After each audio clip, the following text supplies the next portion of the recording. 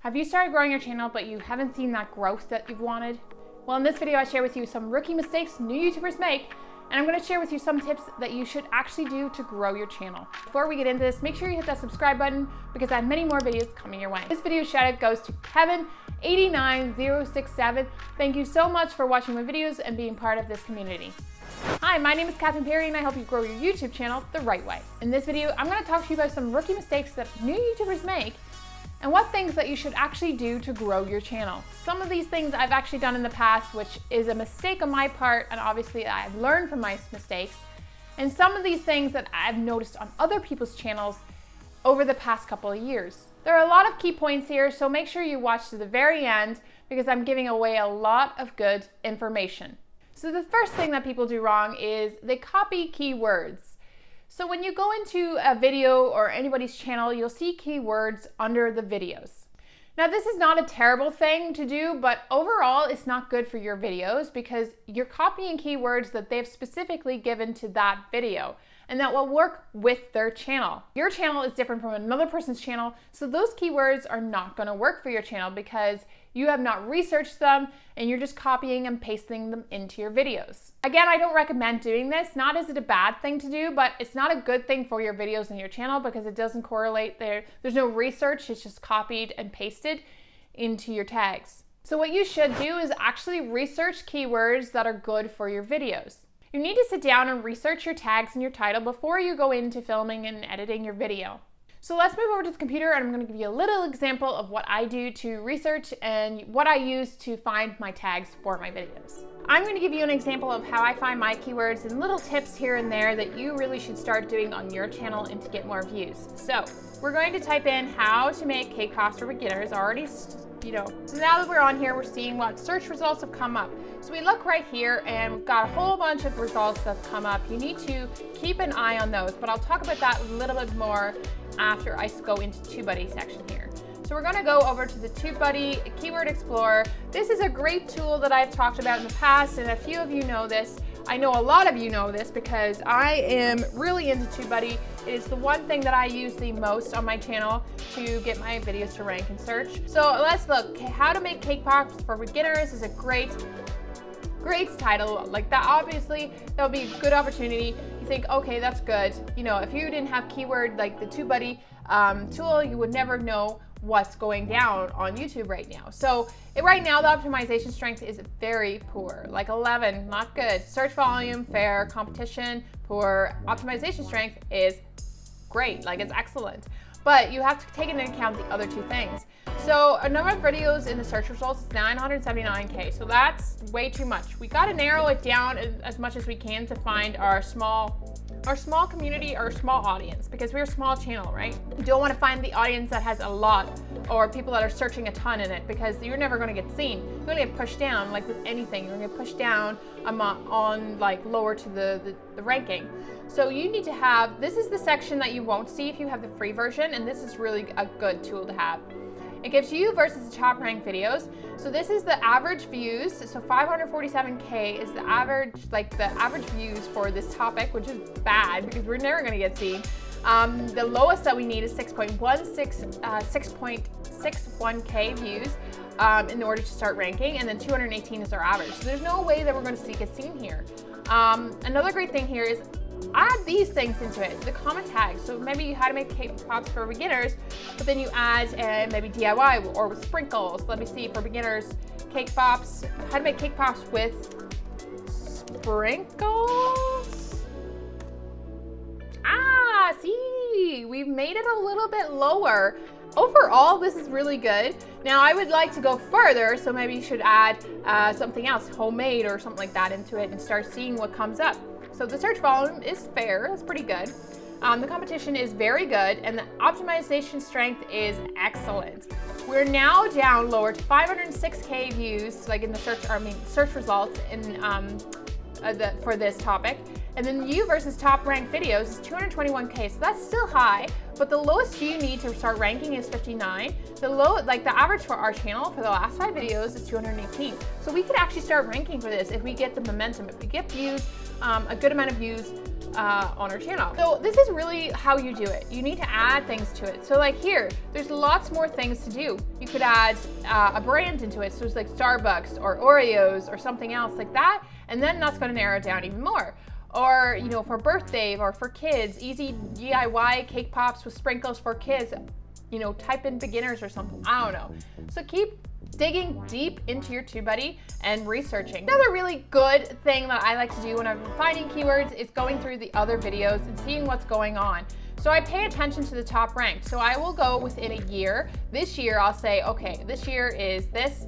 So what can I do to really find more keywords that are going to help my videos? So I go into each video, I see what channel, how many subscribers they are, and I just compare and see like if this video has been up just this month or 1.1 million 10 months ago, and I know that Lydia April has, you know, 18K subscribers, then I know that that's a topic that I may be able to do. So you need to start researching your industry a little bit more and digging deep into the keywords and understanding like the keywords research better. And TubeBuddy's going to help you do that.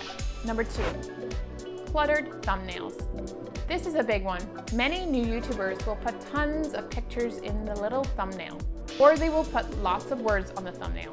If you are scrolling down for something that you've just searched for, what catches your eye? Is it cluttered with a ton of words? Is it dark and boring? What catches your eye? What you should do is keep it simple and on brand. What I recommend first is researching your industry, then making sure the thumbnail is on brand with your colors, then having no more than 3 to 5 words on your thumbnail. A big tip here is to try and have your face in the thumbnail, and I know not everyone is going to be able to do this option, but make sure if you can put your face in the shot. So the third thing is copying other YouTubers' videos. This is a big no-no, and I really highly don't recommend you do this. I've actually noticed over the past few years people doing this because they think if they copy the video, the style, the editing, and everything that goes into it, that they'll be able to stand out from the crowd. But really, you're just meshing in with everybody else. You're following the crowd, and you're not being unique. Copying Casey Neistat vlog style is okay, I guess, but not necessarily is it yours. You need to find your style. I always say get inspired by people that you look up to, but don't actually word for word or edit exactly like they do, because you're just going to be another cookie cutter person. Here's what you should do. You should create content that is your own. I want you to sit down and figure out your style, what you think your channel will be about. I want you to write down 3 things that you really think that you have in your personality. Are you funny? Are you kind? Are you sweet? Are you energetic? Are you powerful? Like, write those words down, and that is going to start getting you an idea of what your channel is going to be like overall. Keep creating consistent videos so that you can find your groove, find your way, find your path as to who you are. Number 4, branding is messy. Branding is a big one. The reason why people don't subscribe many times is because your overall channel feel is messy. If your branding is cluttered and doesn't connect with your industry, then maybe you need to do a little research. Here is what you should do. Create simple branding that stands out. Now I know this may be subjective, but you have to remember this is for your new viewers. When they come to your channel, they don't want to feel overwhelmed or stressed out. Many times simple is better. We see this time and time again. Here is an example. I watch a lot of Gordon Ramsay videos. He would go to a restaurant that wasn't doing well, he would look at their menu, and it would be messy and just too much going on. He always would say, let's maybe keep it simple and narrow down the menu to a few things. Because listen, if you are trying to appeal to the masses, then you won't find your audience. This ties into branding very well, because if your branding is overcomplicated or messy, then your viewer will have no direction and have no idea what your channel is about. Comment below what makes you subscribe to a channel. Is it the branding? Is it the overall feel? Is it their personality? Is it the videos themselves? What is it? Is it all of those things together? What is it that gets you to click that subscribe button? Comment below and let me know. Number 5 is random titles. This is a huge mistake that people make. Now, if you are Emma Chamberlain, go for it. You can do this no problem, and people will just click on your videos straight away. But if you're a new YouTuber, this is not the way to go. Many new YouTubers don't actually know how to start doing titles properly, and this is a big mistake that people push by and they just ignore because they just think, put this title up, it'll work. This goes back to you actually sitting down and researching your keywords so you can incorporate them into your titles. So this is what you should do. You should think about what the human eye will actually click on. So I go back to when you search for something, what do you click on? What gets your attention? What gets you to click? Yes, there's the thumbnail, but what title makes you click? I actually challenge you today to sometimes sit down for 10 minutes and research a random topic that's related to your industry. What is the first one that you click on? And then see what you could do to make your videos, your titles better. Number 7 is new YouTubers never share their videos. I see many new YouTubers not sharing their content, and this may be because of 2 reasons. 1, they are scared to share their videos because of what other people will think. And 2, they don't know where to share their videos. Being scared is a major one, and I think this is honestly something that you're going to have to take that leap and push past and just start doing. Also, another key thing here is that I notice a lot of people just link drop their videos everywhere, and that's just gonna hurt your video overall, which is not gonna help in the algorithm. This is one that I used to do, and I didn't know that it was actually hurting my videos. So what I do instead now is I actually drop my channel link so that they get to know my branding and who I am. So what you should do is share on at least one other platform. There's many small YouTuber support groups out there. I would be careful of those groups because you don't want sub for sub, but you do want groups that will support you and help you to understand what you're doing wrong so you can do better. I'm actually on Instagram, and I build my Instagram following up, and I have good engagement on there so I can redirect my audience to my YouTube channel. And I'm getting a lot of new viewers coming across from Instagram.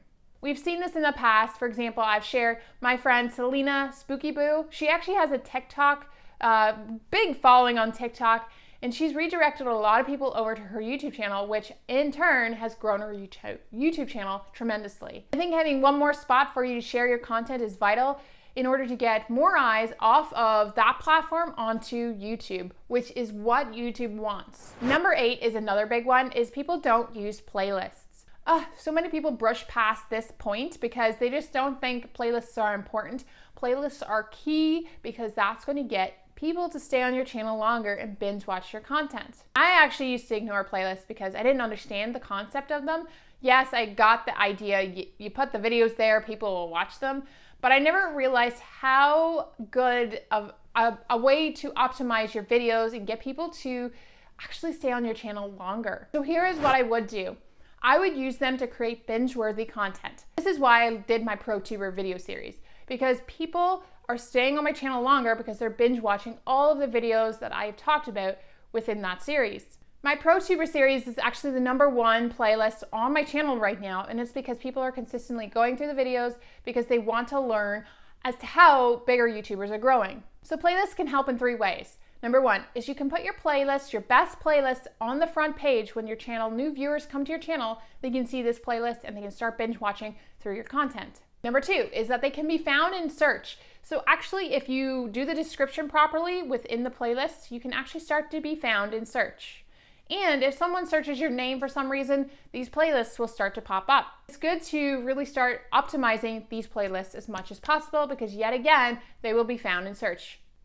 Number 3 is if YouTube notices that people are binge watching your content, they're staying on the playlist longer, they're staying there and watching more and more and more videos, they're going to notice that, and it's going to give a signal that your YouTube channel is something to watch out for and start to push out more of your content. Basically, this helps you overall in the YouTube algorithm. So it's something that you need to start working on to make sure that you're optimizing your channel and putting as much effort into it as possible so that you're doing the best, because this is your channel and you want it to do the best that it can.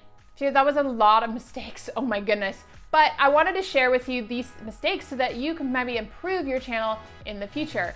All of these things that I've done or I've seen in the past, honestly, are just mistakes that people just don't realize they're making.